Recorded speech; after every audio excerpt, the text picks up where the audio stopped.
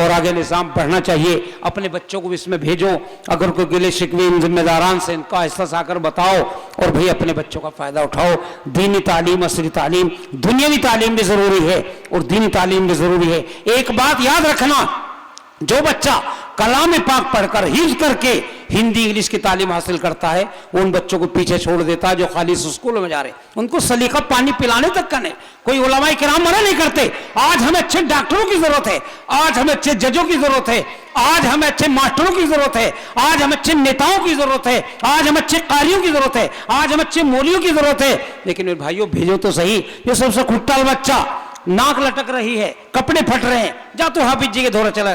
تم کرنے کے لیے اسے یہاں پر بھیج دیا.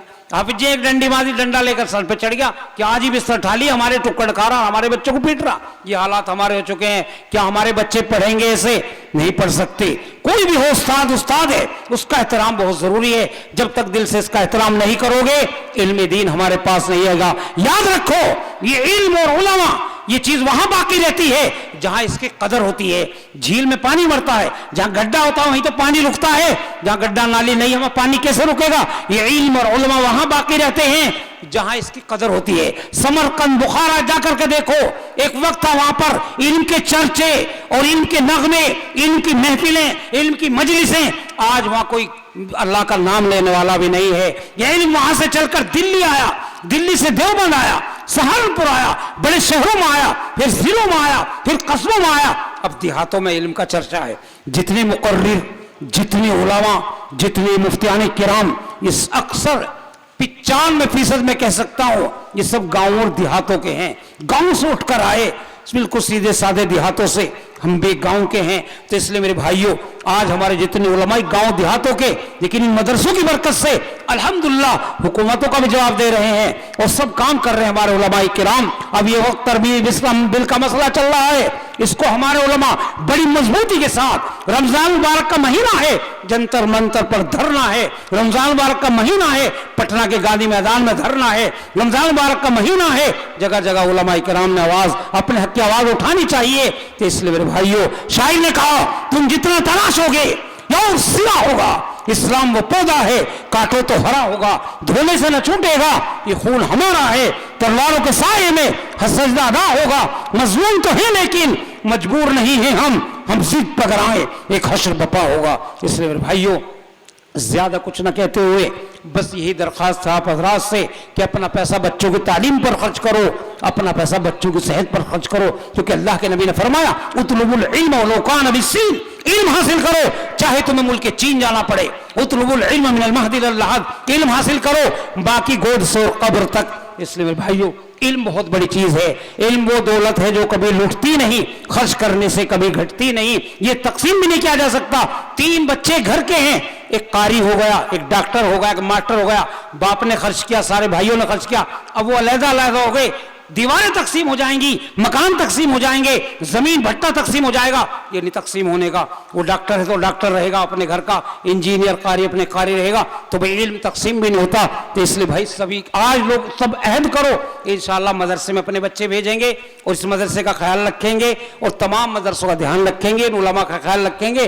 یہ رے قاری راشد صاحب شاید اسٹیج پر بیٹھے چلے گئے، ادھر آ جاؤ. قاری راشد یہ رے ایک چھوٹے سے گاؤں کے 100 گھر مسلمانوں کے، میرے قریب میں گاؤں علی پور گاؤں، جہاں وال بنتی ہے نل کی، جو پانی نکلتا تھا جو نل ایسے کھینچتے اس کے وال وہی بنتے جو باہر سے مہر لگ کے آتے ان کے گاؤں کے اندر. کیلی آئے ان کے دادا لے کر، وہ کپڑا فروخت کرتے بیچارے، نماز پڑھتے تھے. پہلے ان کے بڑے بھائی کو لائے ہمارے پاس. اس وقت میں سن 95 میں دیوبند سے پڑھ کر آیا تھا، اب سے تقریباً 30 31 32 سال پہلے. پہلے ان کے بڑے بھائی کو چھوڑا، وہ بہت بہترین حافظ بنے. پھر ان کو چھوڑ کر گئے، 3-4 سال تک ہمارے پاس رہے، حافظ بنے، قاری بنے. اور ماشاءاللہ آپ کے گاؤں میں امامت کر رہے ہیں. تکیے والی کون سی مسجد؟ حاجی ذکاء اللہ صاحب والی. تو اس لیے بھائی 2 حافظ ہیں اس گاؤں میں، شاید ابھی اور ہوئے بھی نہیں. تو دیکھیے اللہ نے علم دے دیا، اس گاؤں کا نام روشن ہو گیا. علی پور دور تک کہاں کے علی پور کے ماشاءاللہ. تو اس لیے بھائی اللہ تعالیٰ جب علم دیتا ہے اسی طریقے سے دیتا ہے. بس اب زیادہ کچھ نہ کہتے کہ ابھی سفر سے آنے کے بعد برابر جلسوں کا سلسلہ چل رہا ہے اور جگہ جگہ بہت سے جلسے اب ہو رہے ہیں. اللہ تعالیٰ ان جلسوں کو قبول فرمائے. اب جلسے کے 2 مقصد ہیں. ایک تو یہ ہمارے کانوں میں دین کی باتیں پڑ جائیں دوسرے کچھ مدرسے کا مالی تعاون ہو جائے.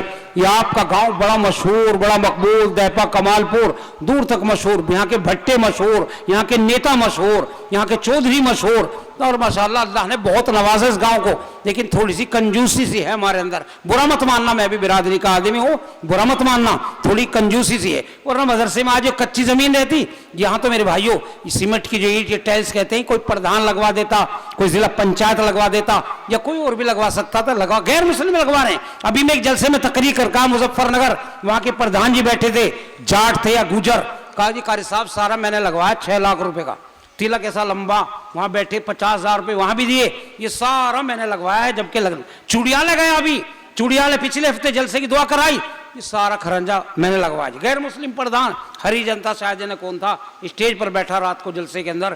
بڑی اس کی بات ہے, آج بھی ایسے ایسے لوگ موجود ہیں. اس لیے بھائیوں سبھی لوگ جوڑو گے تو انشاءاللہ یہ کام چلے گا. ایک آدمی کا کام نہیں ہوتا مدرسے کا, یہ سبھی لوگ لگ مل کر تھوڑا تھوڑا تھوڑا تھوڑا کرو گے, قطرہ قطرہ میشوت